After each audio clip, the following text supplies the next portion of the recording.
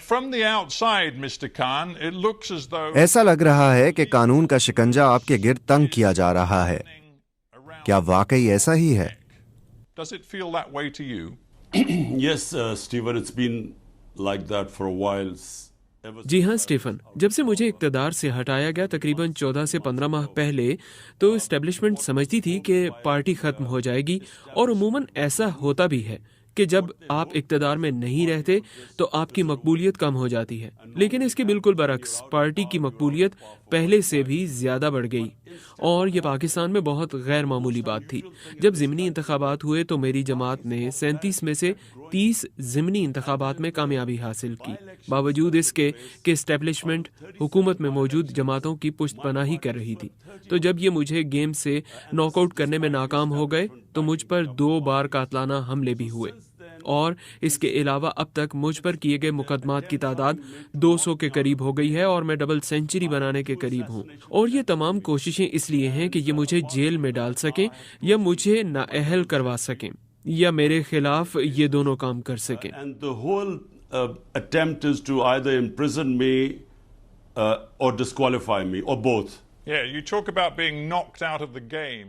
آپ گیم سے باہر کیے جانے کی بات کر رہے ہیں، اور آپ کے خلاف تقریباً 200 کیسز ہیں، جن میں سے ایک آفیشل گفٹس کے غلط استعمال، اس کے علاوہ توہین الیکشن کمیشن کا کیس، اس کے علاوہ بغاوت، بلاسفیمی، اور یہاں تک کہ ایک قتل کے مقدمے میں بھی آپ نامزد ہیں.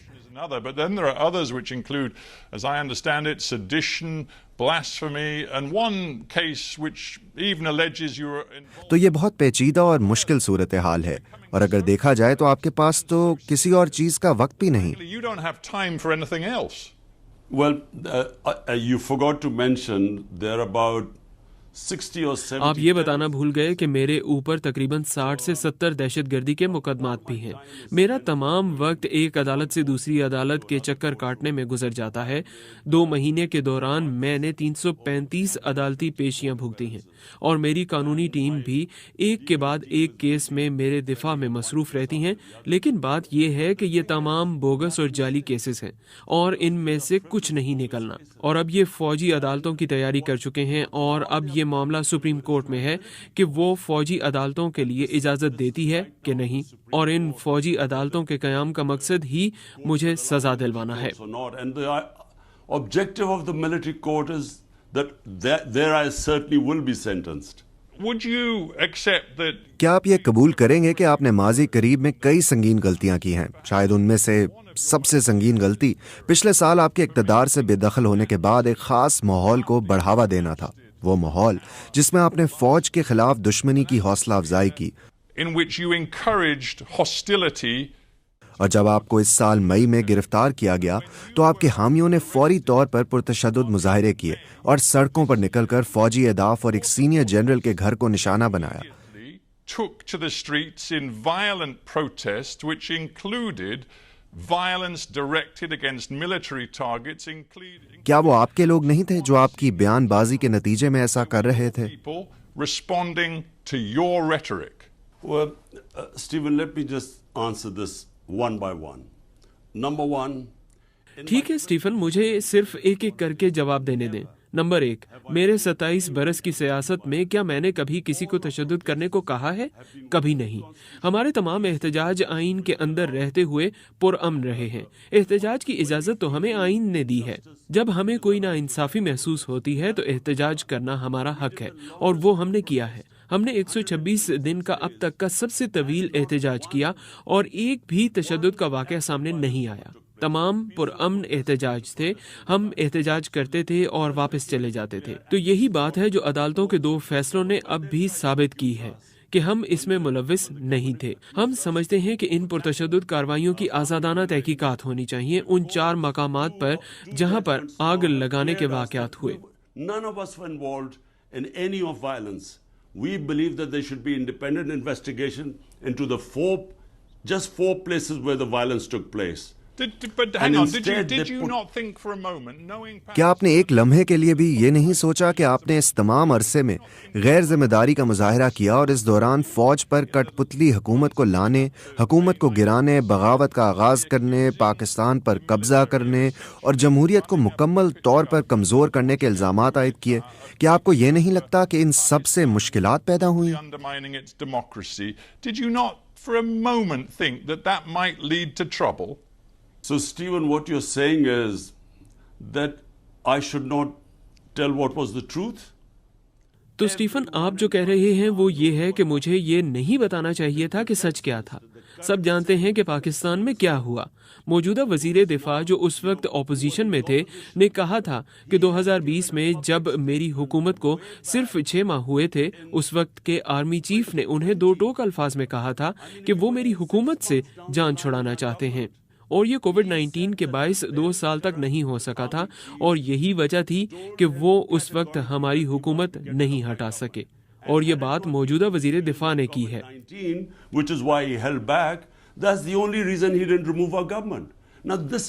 मुल्क में किसी को भी शक नहीं है कि साबिक आर्मी चीफ ने मेरी हुकूमत हटाई, बल्कि वजीर दिफा ने तो बढ़ चढ़ कर ये भी कहा कि उन्हें ये कहा गया था कि इमरान खान पाकिस्तान के लिए खतरा है, इसलिए हटा दिया गया।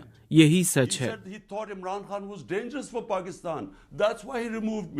So this is just a fact. Well, no one. I talked about karma. Yeah, I talked about karma before. The truth is, you rode. मैंने पहले कारमा के बारे में बात की थी। सच तो यह है कि आप फौजी हिमायत का सहारा लेकर इक़्तिदार में आए।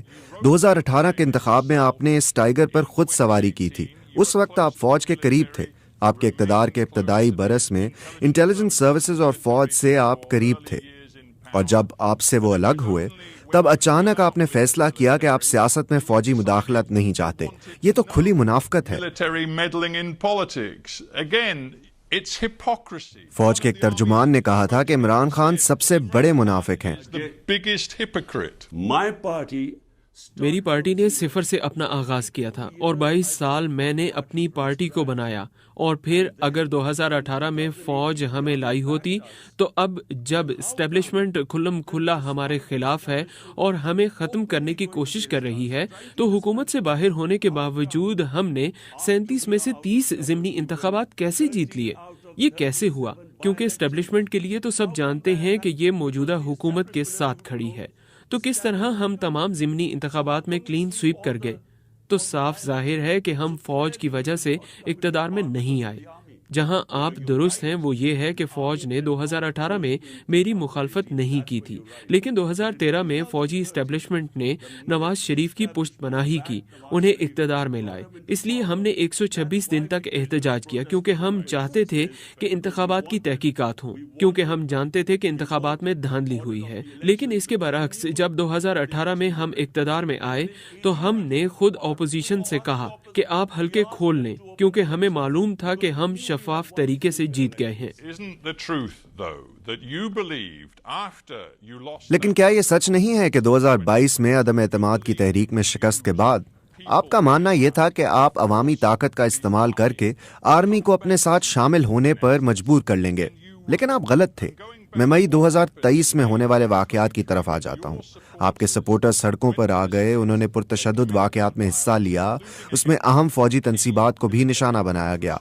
आपने बुनियादी तौर पर रेड लाइन क्रॉस की, एक ऐसी रेड लाइन जिसे क्रॉस करना आपकी पार्टी के हिमायती, हत्ता के साबिक दोस्त और हुकूमत में आपके साथी कहते हैं कि इसके कसूरवार आप हैं। ये आपकी जिम्मेदारी है। आपके साबिक वजीर दिफा परवेज खटक ने कहा कि मेरी नई जमात के तमाम सियासी नुमाइंदे इमरान खान को 9 मई को होने वाले सानेहात का जिम्मेदार ठहराते हैं। उन्होंने कहा कि इमरान खान रियासत मुखालिफ एजेंडे को अवाम ने और उनकी पार्टी के साबिक रहनुमाओं ने रद्द किया है।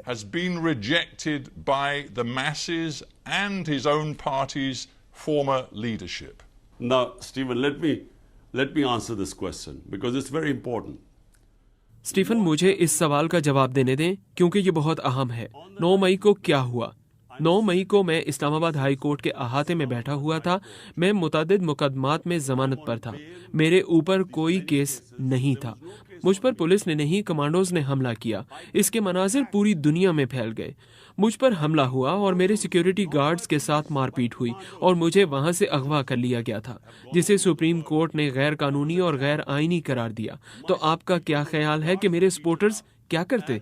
जब उन्होंने देखा कि मुझे कमांडोज उठाकर ले जा रहे हैं, क्या इस पर कोई एहतजाज नहीं होना था?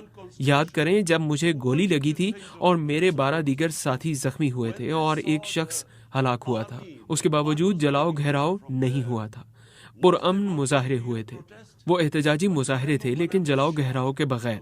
अब ये एक बड़ा सवाल है कि जब वो देखते हैं कि पाकिस्तान की सबसे बड़ी पार्टी का रहनुमा अगवा हो गया है, तो उसका रद्द-ए-अमल आना था। अब बात ये है कि क्या हम वाकई जलाओ गहराव में मुलव्विस थे? जलाओ घेराव सिर्फ 4 इमारतों में हुआ। उन्होंने हमारे 10,000 कारकुनों को जेल में डाल दिया। स्टीफन, आपको ये सुनना चाहिए, ये बहुत अहम है। ये सब प्री प्लान्ड था। पुलिस मुझे उठा सकती थी। उन्हें कमांडोज की क्या जरूरत थी कि वो मुझे उठाते और सबको मारते क्योंकि वो रद्द-ए-अमल चाहते थे? लेकिन रद्द-ए-अमल हमेशा की तरह पुरअमन ही था। This was all pre-planned. The way the police could have picked me up. Why did they need commandos to pick me up and beat everyone up? Because they wanted a reaction.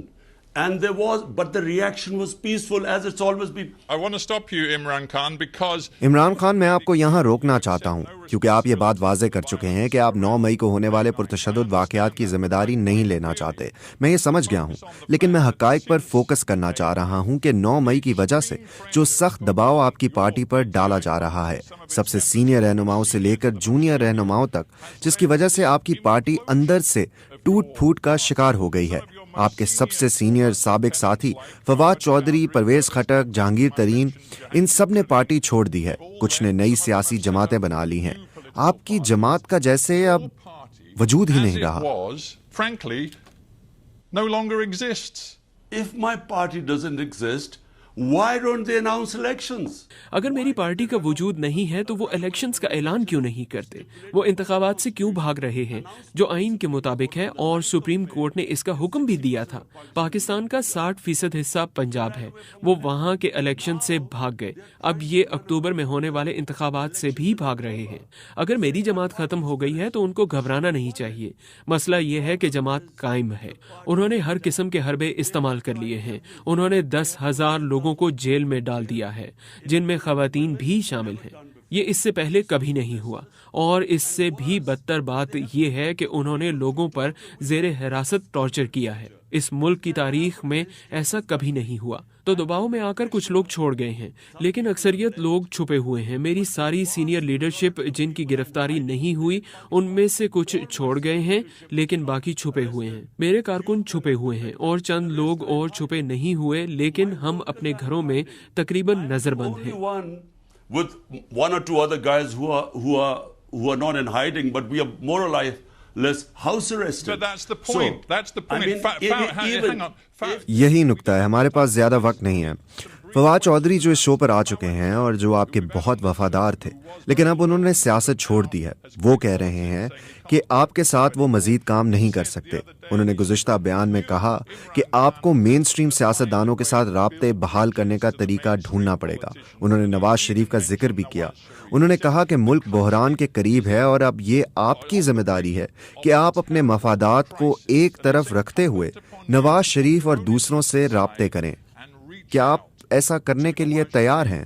Are you prepared to do that? The fact that the country is on the brink of a major disaster. ये हकीकत है कि मुल्क एक बड़े बहरान के करीब है। हम वाकई तारीख दौर की जानिब बढ़ रहे हैं, क्योंकि बुनियादी तौर पर इस वक्त पाकिस्तान में गैर एलानिया मार्शल लॉ लगा हुआ है। गुज़श्ता 20 बरस में मुल्क जमहूरी निज़ाम की तरफ चलने लगा था, लेकिन एकदम से ऐसा नहीं रहा। कोई ऐसा मीडिया नहीं जो आज़ाद हो, और वो अदलिया को अपने काबू में लाने की कोशिश कर रहे हैं। तो हम तारीख दौर की जानिब जा रहे हैं। लेकिन इसका हल क्या है? क्या हल ये है कि کہ ان لوگوں سے ہاتھ ملا لیا جائے جنہوں نے اس ملک کو 30 برس تک لوٹا؟ میں سیاست میں اس لیے نہیں آیا تھا کیونکہ 2 خاندانوں نے ہمارے ملک کو معاشی طور پر برباد کیا تھا. میں اس لیے آیا تھا کیونکہ میں طاقتور لوگوں کو قانون کے گھیرے میں لانا چاہتا تھا. اسی وجہ سے میری پارٹی کا نام تحریک انصاف ہے. اور کیا اب مجھے ان لوگوں کے ساتھ شامل ہو جانا چاہیے جو اس ملک میں قانون کی حکمرانی کو تباہ کرنے کے ذمہ دار ہیں؟ کیوں؟ تاکہ مجھے اقتدار ملے؟ اس سے بہتر ہے کہ میں اپوزیشن میں ہی رہوں. What for? To come into power? I'd rather not come into power.